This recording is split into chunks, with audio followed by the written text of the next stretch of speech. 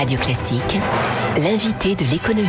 7h20 sur Radio Classique, c'est l'un des événements de l'année 2016 sur le marché de l'art en France. 5 sculptures en bronze de Rodin, dont une version du célèbre Baiser, seront vendues aux enchères à l'hôtel Drouot. C'est demain. Bonjour Olivier Lange. Bonjour. Directeur général de Drouot. En quoi cette vente est-elle importante ? Elle est importante parce que déjà, elle émane de la collection du galeriste Jean de Roise. C'est un ensemble assez exceptionnel de 5 bronzes. Voilà, c'est quelque chose qui aujourd'hui va marquer le marché, en tout cas pour la rentrée. Des Rodins, c'est rare dans les ventes aux enchères aujourd'hui ? Oui, c'est assez rare. En tout cas, un ensemble de 5 bronzes, oui, c'est assez rare, c'est assez exceptionnel et c'est vendu à Drouot. Le Baiser de Rodin, c'est, je crois, la deuxième œuvre la plus recherchée des collectionneurs du sculpteur après le Penseur, c'est ça, le célèbre Penseur ? Oui, c'est ça. Et ça explique l'estimation qui est à peu près d'1,5 million. 1,5 million. Est-ce que c'est une valeur, du coup, qui est exceptionnelle pour une maison comme Drouot ? Non, puisque chaque année, on a quand même des objets qui font plus d'1 million. On a des enchères millionnaires chaque année avec des records. Non, c'est pas exceptionnel, mais en tout cas, ça fait partie des belles ventes. Cette sculpture, le Baiser de Rodin, ce n'est pas une œuvre qui a été réalisée du vivant de l'artiste, mais par le fondeur qui était réputé le plus proche, oui, c'est une Auguste épreuve. Rodin. Oui, c'est une épreuve. Comment expliquer que ça a une telle valeur finalement, une œuvre qui n'est pas authentique du maître ? Elle est authentique, mais oui. Elle n'a pas été fondue. Elle n'a pas été fondue du vivant du maître, mais elle a une valeur puisque d'abord il y en a pas beaucoup, et puis c'est au niveau des bronzes, c'est comme ça que ça fonctionne. C'est comme ça que le marché des sculptures fonctionne. Alors j'ai malheureusement dit pas authentique, c'est faux. Évidemment, ce sont des œuvres authentiques. Vous me faites peur là. Comment on se prémunit justement du risque de copies qui sont nombreuses à circuler malheureusement sur le marché de l'art ? Non, mais là on a la provenance.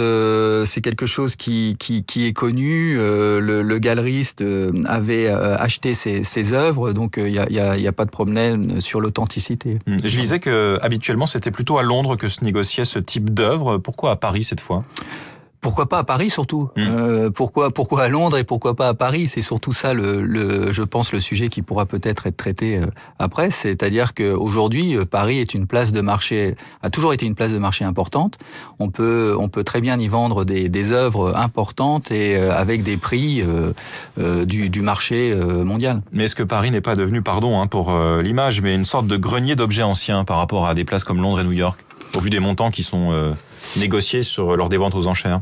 Oui, alors écoutez, ça dépend sur quel segment on se place. Déjà, Paris reste quand même la place où, par exemple, nos concurrents anglo-saxons sont présents, puisque ça leur permet d'exporter pas mal d'objets. Christie's et Sotheby's. Christie's et Sotheby's, oui. Qui réexportent depuis la France ? Qui réexportent parfois depuis la France pour vendre à l'étranger, parce que la France est quand même un pays où il y a eu beaucoup de collectionneurs, où il y a beaucoup encore d'objets, et on s'en rend compte en permanence tout le long de l'année, en fonction des collections qui sont dispersées. Donc ça fausse un petit peu le marché selon vous, c'est-à-dire que le revenu en France est réduit à cause de ces exportations d'œuvres, entre autres, oui, par vos concurrents anglo-saxons. Oui, bien sûr, oui. C'est quand même difficile pour une maison comme Drouot, certes historique, certes célèbre, mais de lutter face à des concurrents anglo-saxons très puissants comme des maisons Sotheby's et Christie's aujourd'hui. Oui, c'est difficile, mais grâce au travail effectué par les commissaires-priseurs, puisqu'il faut rappeler aussi le travail réalisé par cette profession, qui permet de faire émerger des collections, des ventes, des objets par le travail de l'expertise aussi. Ça permet de valoriser un patrimoine qui existe en France et qui aujourd'hui peut être dispersé et valoriser aussi la place de Paris. Mais de fait, vous vous concentrez plutôt sur ce qui ne relève pas aujourd'hui de ce qu'on a appelé la bulle, sur l'art contemporain, notamment à Londres, à New York. Oui, l'art contemporain, on n'est pas vraiment bien placé sur l'art contemporain, ni sur les impressionnistes et modernes, mais en effet, il y a plusieurs marchés déjà, de toute façon. Donc nous, on est plutôt sur le middle market, mais avec des objets qui peuvent aller de 10 000 à plusieurs millions. Donc on est vraiment très large au niveau du traitement des objets sur le marché. Sachant que paradoxalement, les œuvres qui se vendent le plus cher ne sont pas forcément les plus rentables pour les maisons de vente aux enchères ? Alors ça dépend des conditions qui ont été négociées avec le vendeur. Hein, on le voit sur les grandes ventes de Sotheby's ou Christie's. Parfois ils n'ont aucune rentabilité en effet puisqu'il y a du dumping. Donc c'est pas forcément au niveau de la visibilité et de la communication, c'est très important. Au niveau du vendeur aussi, puisque plus le prix d'adjudication est important, plus il est satisfait. Mais non, c'est pas forcément les ventes les plus rentables. Depuis plus de 2 ans, puisqu'on parlait de la concurrence, Olivier Lange, Amazon s'est lui aussi lancé dans la vente en ligne d'œuvres d'art en France. Concurrent redoutable ou concurrent marginal pour l'instant? Non, c'est concurrent marginal. Vous savez, il y a de plus en plus de plateformes qui se mettent sur le marché de l'art, des plateformes, des pure players, des plateformes numériques. Le marché, il est estimé à 2 milliards 6. Donc c'est un marché qui est en forte progression par contre. Donc c'est un marché sur lequel on s'est placé aussi au niveau Draw, puisqu'on a notre plateforme Draw Live.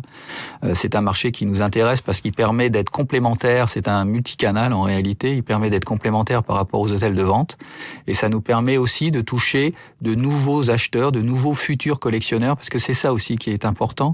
Renouveler la clientèle. Renouveler la clientèle, mais surtout donner le goût aux particuliers d'acheter des œuvres, de vivre avec des œuvres à travers l'émotion que peuvent procurer les objets. On a moins besoin aujourd'hui d'un contact direct avec l'œuvre qu'on souhaite acheter. Ça dépend de l'œuvre. Il y a des objets qui, là aussi, c'est un petit peu du ciblage. Il y a des objets qui sont mieux valorisés sur des plateformes numériques parce que ils sont d'abord au niveau parfois du prix. Même si nous, par exemple, on a eu une enchère à plus de 600 000 euros, enfin une adjudication à plus de 600 000 euros.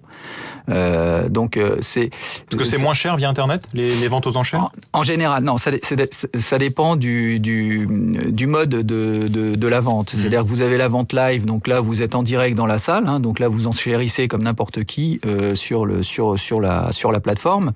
Donc là il n'y a pas de différence.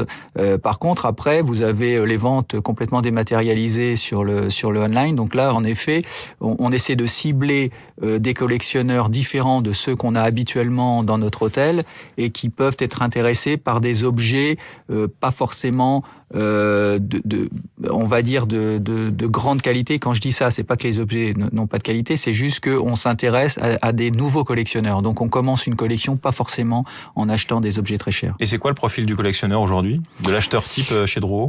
L'acheteur type chez Drouot, c'est vraiment l'amateur d'art, c'est le collectionneur, et ça j'en suis ravi. Mais ce que j'aimerais, c'est faire passer un message, c'est de dire au grand public que aujourd'hui s'intéresser au marché, c'est aussi découvrir son patrimoine, c'est découvrir la richesse des artistes qu'on peut disperser au niveau des ventes aux enchères. Et au niveau patrimonial, c'est aussi diversifier son patrimoine. Parce qu'on parle beaucoup, aujourd'hui on parle du CAC 40, on parle des problèmes avec la Chine, le pétrole. C'est une forme d'investissement. C'est une forme d'investissement et je pense que dans une gestion patrimoniale, en effet, on peut penser à diversifier. Après, on sait combien rapporte un livret A, 75 €, je veux dire, on va pas loin.